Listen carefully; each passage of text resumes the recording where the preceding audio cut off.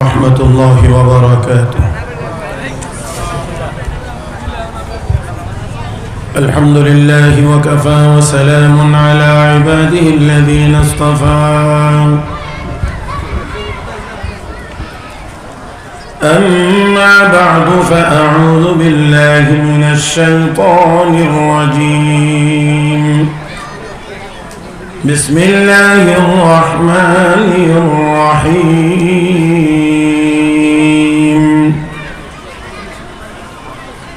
من عمل صالحا من ذكر أو أنثى وهو مؤمن فلنحيينه حياة طيبة ولنجزينهم أجرهم بأحسن ما كانوا يعملون. آمنت بالله صدق الله مولانا العظيم وصدق رسوله النبي الأمي الكريم ونحن على ذلك لمن الشاهدين والشاكرين والحمد لله رب العالمين. محبتের সাথে সবাই দরুদ ইব্রাহিম পড়ি।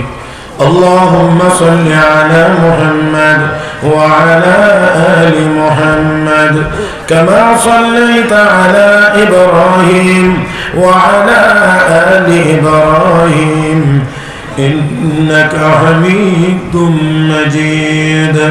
اللهم بارك على محمد وعلى آل محمد كما باركت على إبراهيم وعلى آل إبراهيم إنك حميد مجيد.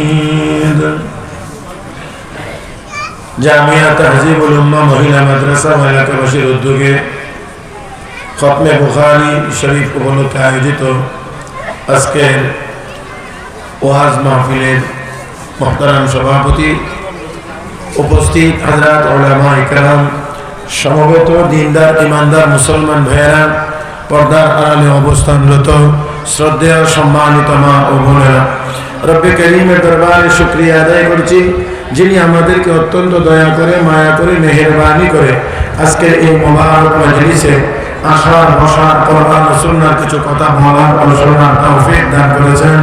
মহব্বতের সাথে সবাই উচ্চ আওয়াজে পড়ি আলহামদুলিল্লাহ। মুহতারাম হাজিরিন, পবিত্র জুমার দিন আসরের নামাজের পরে কোবাইলে মাগরিব, মাগরিবের নামাজের আগ মুহূর্তের এই দোয়া কবুলের সময়ে আল্লাহ পাক আমাকে আপনাকে এই গুরুত্বপূর্ণ মজলিসে আসার সুযোগ করে দিয়েছেন। সেজন্য কি আপনারা বেজার না খুশি?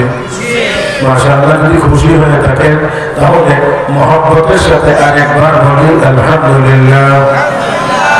যারা বসেছেন, যতজন বসেছেন, বেশি না কম সেটা আমার দেখার বিষয় না, কিন্তু যারা বসেছেন আমি আপনাদেরকে বিনয়ের সাথে অনুরোধ করে বলছি আরেকটু মনোযোগী হয়ে বসে, সবাই আরেকটু মনোযোগী হন।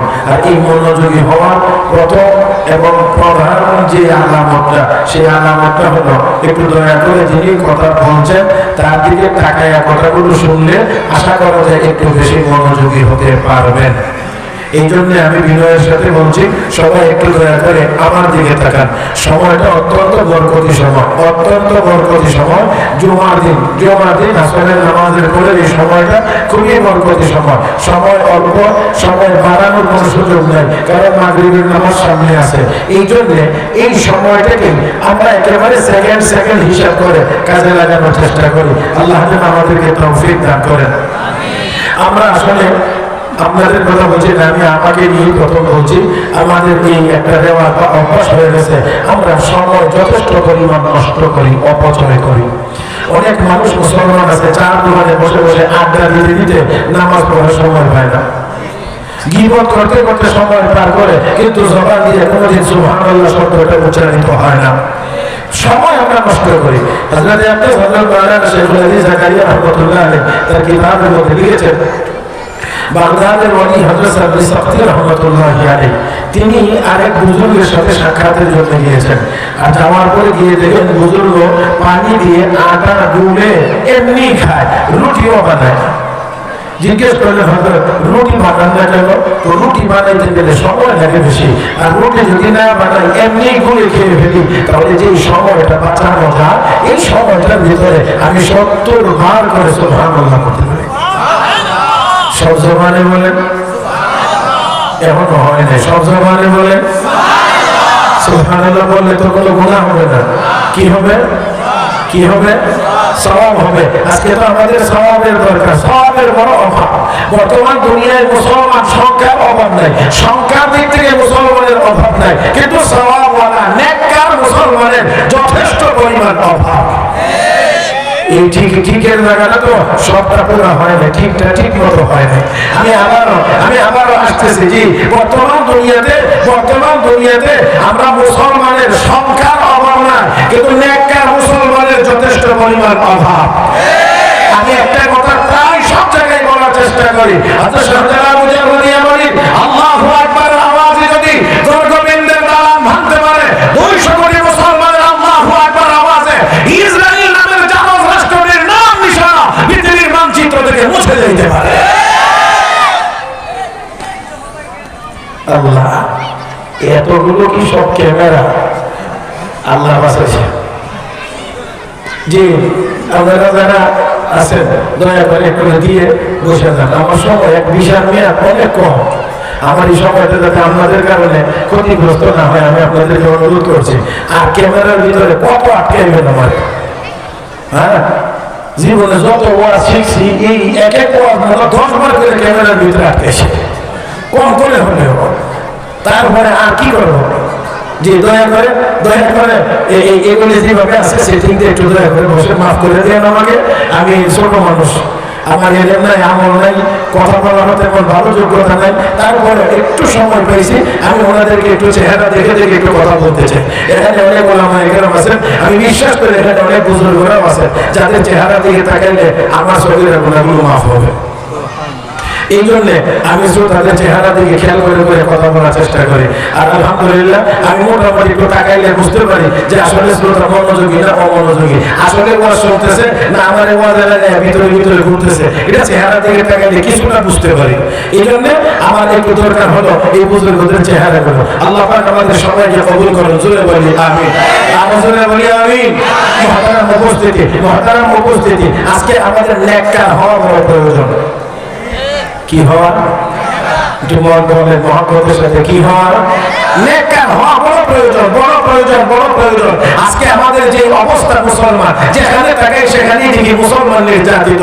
মিয়ানমারের দিকে তাকাইলে মুসলমান নির্যাতিত, কাশ্মীরের দিকে তাকাইলে দেখি মুসলমান নির্যাতিত, ফিলিস্তিনের দিকে তাকাইলে দেখি মুসলমান নির্যাতিত, লেবাননের দিকে তাকাইলে দেখি মুসলমান নির্যাতিত। ও মুসলমান, ইয়ামানের দিকে তাকাইলে দেখি মুসলমান নির্যাতিত, চায়নাতে মুসলমানেরা নির্যাতিত, অন্যান্য অমুসলিম দেশগুলোতে মুসলমানেরা নির্যাতিত। যেখানে মুসলমান সেখানে নির্যাতন। কেন মুসলমানেরা নির্যাতিত? আমাদের ইন্টারন্যাশনাল সমস্যাটা কি? আন্তর্জাতিক সমস্যা হলো আমাদের গুনাহ, আমাদের গুনাহ, আমাদের গুনাহ। আমরা এটা যদি ছেড়ে দিতে পারি তাহলে দুনিয়া আমাদের। এটা আমার কথা না, রব্বুল কারীম বলেছেন وعد الله الذين آمنوا منكم وعملوا الصالحات ليستخلفنهم في الأرض كما استخلف الذين من قبلهم وليمكنن لهم دينهم الذي ارتضى لهم وليبدلنهم من بعد خوفهم أمنا يعبدونني لا يشركون بي شيئا ومن كفر بعد ذلك فأولئك هم الفاسقون। আল্লাহ রাব্বুল আলামিন বলেন, ইমানদার নেককার যদি হয়ে যাইতে পারো তাহলে আমি আল্লাহর ওয়াদা হলো এই পৃথিবীর শাসন ক্ষমতা তোমাদেরকে দান করব, পৃথিবীর শাসন ক্ষমতা তোমাদেরকে দান করব।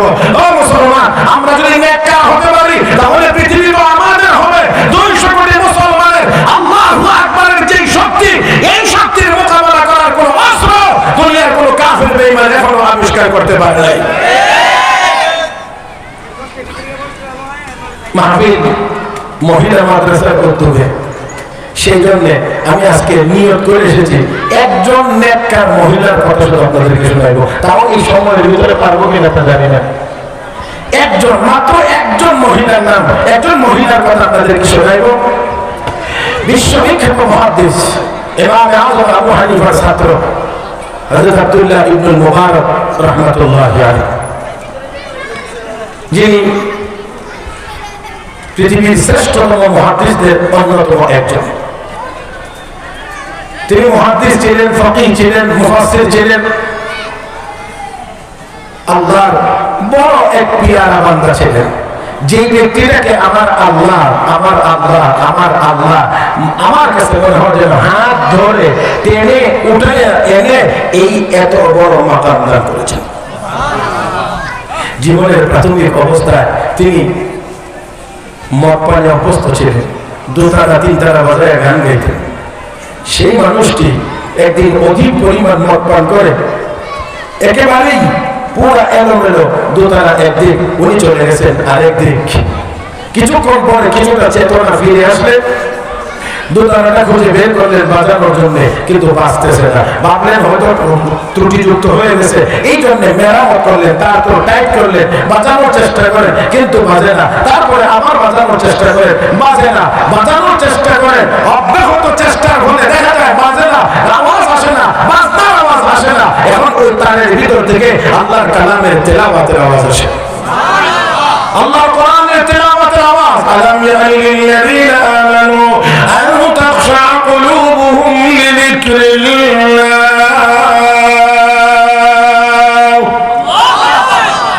হে ঈমানদার, আল্লাহর আযাবের কথা কি স্মরণ হয় না? মরণের কথা কি স্মরণ হয় না? আল্লাহর ভয় একটু কান্নার সময় কি এখনো আসে না? এই আয়াতের তেলাওয়াত যখন শুনছেন, অর্ধমাতাল অবস্থায় জবাব দিচ্ছেন আর বলছেন বালা ইয়া রাব্বি ক্বাদ আন, বালা ইয়া রাব্বি ক্বাদ আন, বালা ইয়া রাব্বি ক্বাদ আন।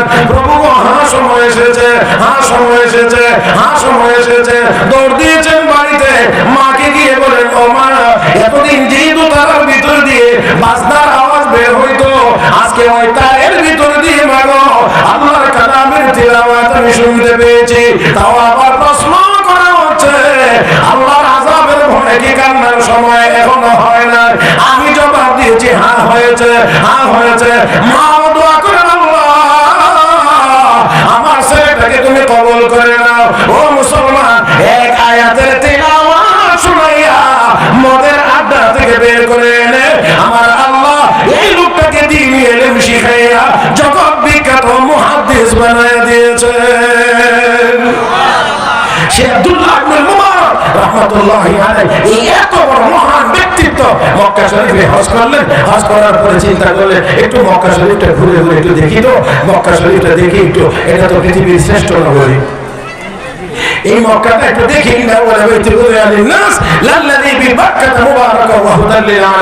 এই মক্কা একটু ঘুরে দেখার জন্য তিনি বের হলেন। গিয়ে দেখলেন এক জায়গায় একজন মহিলা অত্যন্ত পর্দা সহকারে একেবারে রাস্তার কিনারায় নিরিবিলি বসে আছে।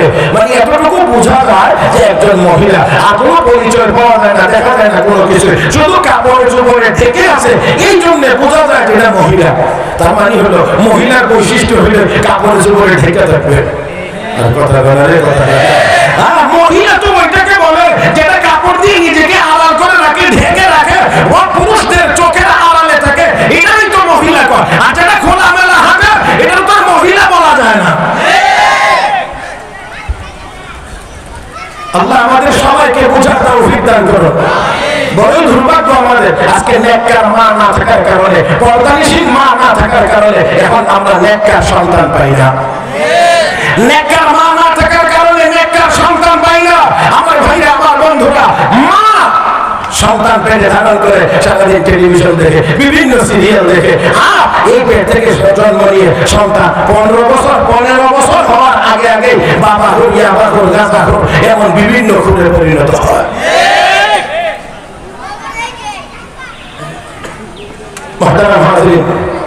এইরকম একেবারে পর্দানিশীল দেখে হযরত আব্দুল্লাহ ইবনে মুবারক রাহমাতুল্লাহ আলাইহি আস্তে করে গিয়ে শুধু সালাম দিলেন, আসসালামু আলাইকুম ওয়া রাহমাতুল্লাহ। ওই মহিলাকে লক্ষ্য করে শুধু যতটুকু সালাম দিলেন, মহিলা কোনো এদিক ওদিক না, ওনার দিকেও না, টাকা নিলা সালামের আওয়াজ পাইছেন, জবাব দিবেন আমাদের মতো আমরা জবাব দিলে ওয়ালাইকুম আসসালাম ওয়া রাহমাতুল্লাহ, এমনই তো জবাব দেওয়ার কথা। কিন্তু আল্লাহর বান্দা জবাব দিচ্ছে সোজা কোরআনের আয়াতের তিলাওয়াত, সালামুন কাওলাম মির রাব্বির রহিম, সালামুন কাওলাম মির রাব্বির রহিম। হযরত আব্দুল্লাহ ইবনে মুবারক এটা কেমন কথা? সালাম দিলাম, জবাব দিল ওয়ালাইকুম আসসালাম, না বলে কও সালামুন কাওলাম মির রাব্বির রহিম। এবার হযরত আব্দুল্লাহ ইবনে মুবারক আবার জিজ্ঞেস করলে, ও আল্লাহর বান্দী, তুমি এখানে বসে বসে কি করো? মহিলা কোরআনের আরেক আয়াত পড়ে জবাব দিয়ে বলেন, মাইয়ুদলিল্লাহ ফামা লাহু মিন হাদ, আল্লাহ যাকে গোমরাহ করে দেন, মানে পথভ্রষ্ট করে দেন, তাকে পথ দেখানোর আর কেউ থাকে না। হযরত আব্দুল্লাহ ইবনে মুবারক রাহমাতুল্লাহ আলাইহি বলে, আমি বুঝতে পারলাম মহিলাটা রাস্তা ভুলে এখানে চলে আসছে। এবার জিজ্ঞেস করলাম, আল্লাহর বান্দী, কতদিন যাবত তুমি এখানে বসা আছো? কতদিন? মহিলাকে জবাব দিয়ে সালাসা লায়ালিন সাওয়িয়া, পূর্ণ 3 রাত, মানে 3 দিন যাবত আমি এখানে বসা। হযরত আব্দুল্লাহ ইবনে মুবারক রাহমাতুল্লাহি আলাইহি বলেন, ও আল্লাহর বান্দী, 3 দিন যাবত তুমি এখানে বসা, তুমি খাও কি, তুমি পান করো কি? তোমার কাছে তো কিছুই দেখা যায় না। আল্লাহর বান্দী জবাব দেয়, হুয়া ইউতইমুনি ওয়া ইয়াসকিন, আল্লাহ আমাকে খাওয়ান, আল্লাহ আমাকে পান করান। আল্লাহু আকবার। হে মহিলা, তুমি তো এখানে পানি নাই, কোনো কিছুই নাই, পান করায় খাওয়ায় আল্লাহ, তো ওযু কিভাবে করো, পবিত্রতা কিভাবে অর্জন করো? আল্লাহর বান্দী তখন জবাব দিয়ে বলেন, ফাইল্লাম তাজিদু মাআন ফাতায়াম্মামু সাঈদান তাইয়্যিবা, যদি পানি না পাও পবিত্র মাটি দিয়ে তোমরা তায়াম্মুম করে নাও। হযরত আব্দুল্লাহ ইবনে মুবারক রাহমাতুল্লাহি আলাইহি বলেন, বুঝতে পারলাম পানির প্রয়োজন তায়াম্মুম দিয়ে সারে ওযু পবিত্রতা অর্জন করে। আমি আবার জিজ্ঞেস করলাম, আল্লাহর বান্দী, কোথায় তোমার বাড়ি, কোথায় তুমি আসলা, বাড়ি তোমার কোথায়, গন্তব্য তোমার কোথায়, যাইতে চাও কোথায়? আল্লাহর বান্দী এবার কোরআনের আরেক আয়াত তিলাওয়াত করে আমাকে উত্তর দেন, সুবহানাল্লাযী আসরা বিআবদি লাইলান মিনাল মাসজিদিল হারাম ইলাল মাসজিদিল আকসা الذي باركنا حوله لنريه من آياتنا إنه هو السميع البصير। এই আয়াতের তিলাওয়াত বুঝতে পারলাম মহিলাটি হজের জন্য এখানে এসেছে তো ঠিক, বাকি বাড়ি হলো তার বাইতুল মুকাদ্দাসের কাছে ফিলিস্তিন।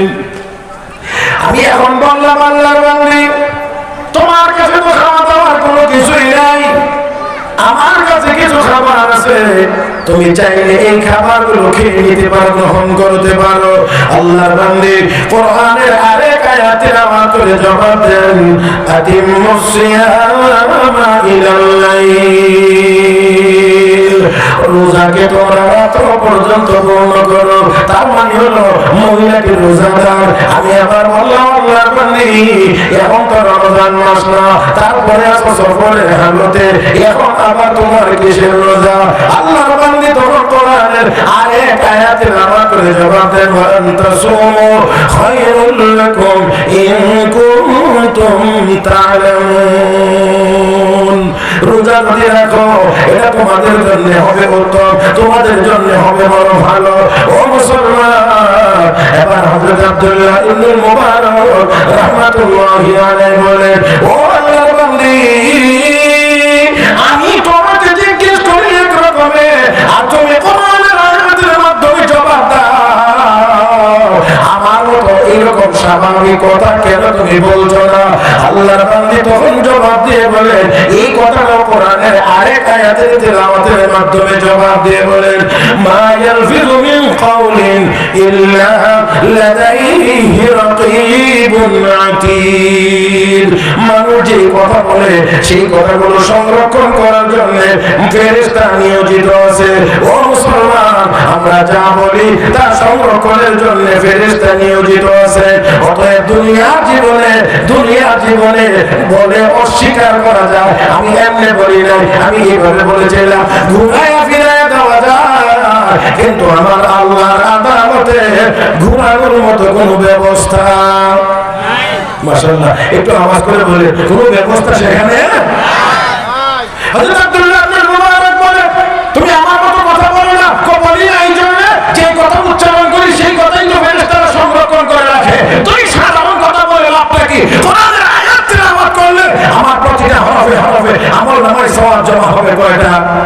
10টা। তো কাজেই আমি স্বাভাবিক কথা বলার দরকার নাই, আমি কোরআনের আয়াতের মাধ্যমে কথা বলি। মুহতারাম হাজিরিন, এবার হযরত আব্দুল্লাহ ইবনে মুবারক রাহমাতুল্লাহি আলাইহি বলে, ও আল্লাহর বান্দী, তোমার বংশ কি? কোন বংশের লোক তুমি?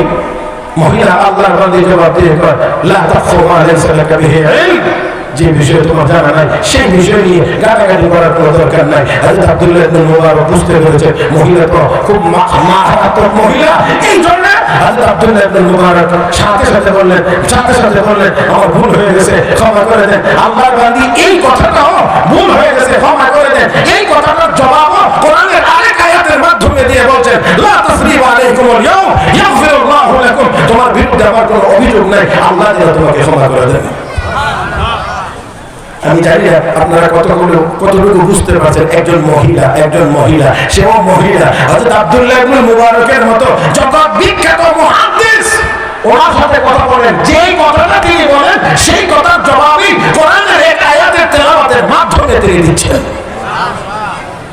এবার দেখেন হযরত আব্দুল্লাহ ইবনে মুবারক রাহমাতুল্লাহি আলাইহি বলেন, ও আল্লাহর বান্দী, তুমি চাইলে আমার উটের পিঠে সওয়ার হইতে পারো, আমি তোমাকে তোমার কাফেলা পর্যন্ত পৌঁছানোর চেষ্টা করব। আল্লাহর বান্দী এই কথা শোনার পরে সম্মতিটা কিভাবে জানাইবেন দেখেন। আল্লাহর বান্দী তাও কোরআনের এক আয়াতের তেলাওয়াতের মাধ্যমে জানিয়ে দিচ্ছেন, ওয়া মা তাফআলু মিন খায়রিন ইয়ালামুল্লাহ। তোমরা যেই ভালো কাজ করো সেই ভালো কাজ আল্লাহ রাব্বুল আলামিন অবশ্যই জানেন। তার মানে মহিলা রাজি আছেন।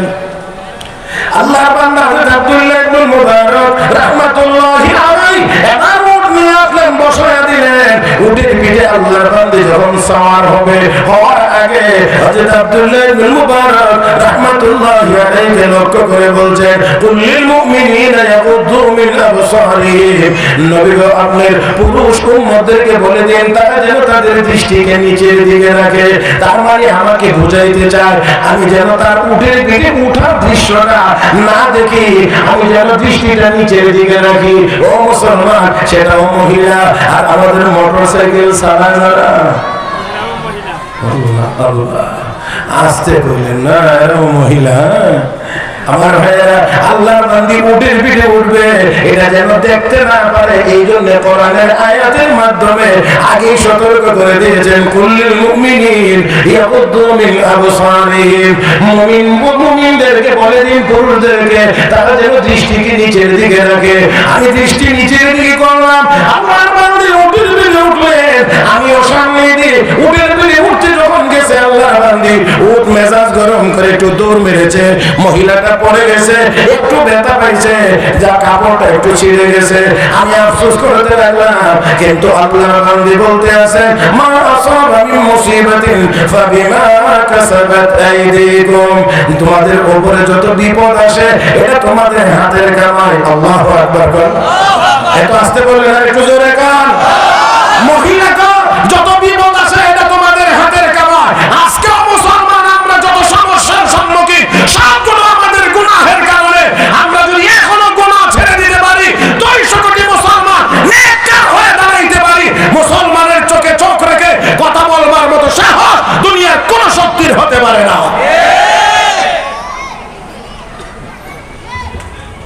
আল্লাহর বান্দা মা আসাবা মিন মুসিবাতিন ফাবিমা কাসাবাত আইদিকুম, তোমাদের হাতের কামাই। আল্লাহর বান্দা হযরত আব্দুল্লাহ ইবনে মুবারক রাহমাতুল্লাহি আলাইহি বলেন, ও আল্লাহর বান্দা,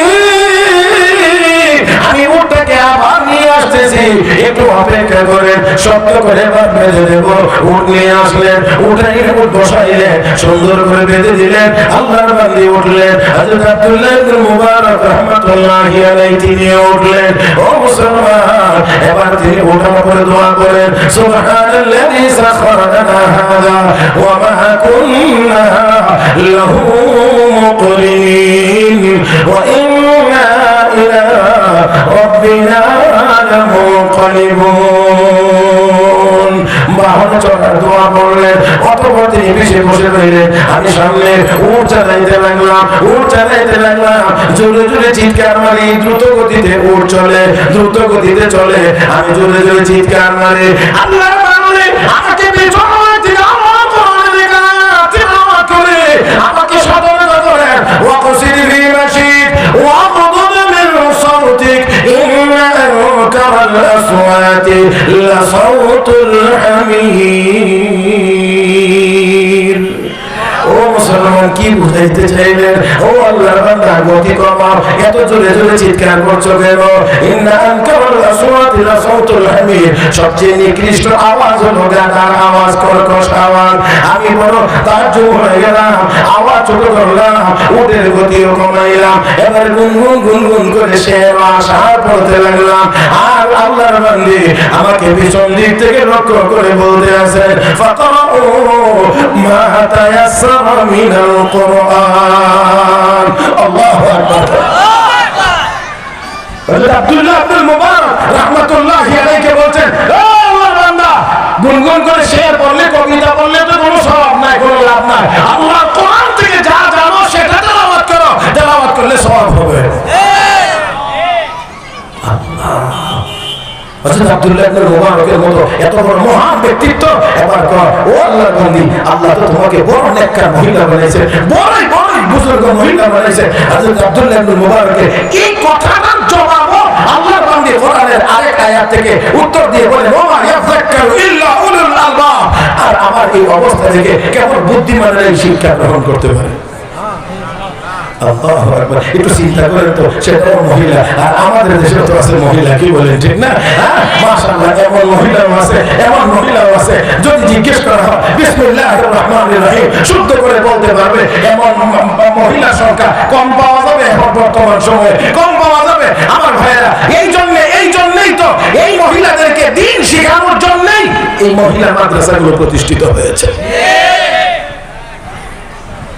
হযরত আব্দুল্লাহ ইবনে মুবারক রাহমাতুল্লাহি আলাইহি এবার বলছেন, ও আল্লাহর বান্দী, তোমার কোনো স্বামী আসেনি? আল্লাহ, তোমার কোনো স্বামী আসেনি? আল্লাহর বান্দী কোরআনের আরেক আয়াত পড়ে জবাব দেন, লা তাসআলু আন আশিয়া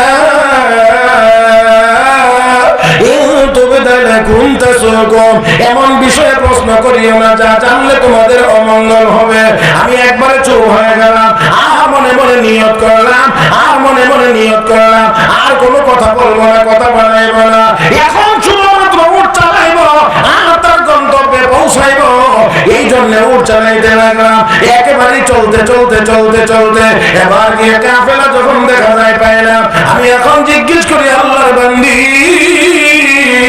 এই কাফেলার ভিতরে তোমার আত্মীয় স্বজন কে আছে? আল্লাহর বান্দী কোরআনের আরেক আয়াত তেলাওয়াত করে জবাব দেন, আল মালু ওয়াল বানুন জিনাতুল হায়াতিদ দুনিয়া।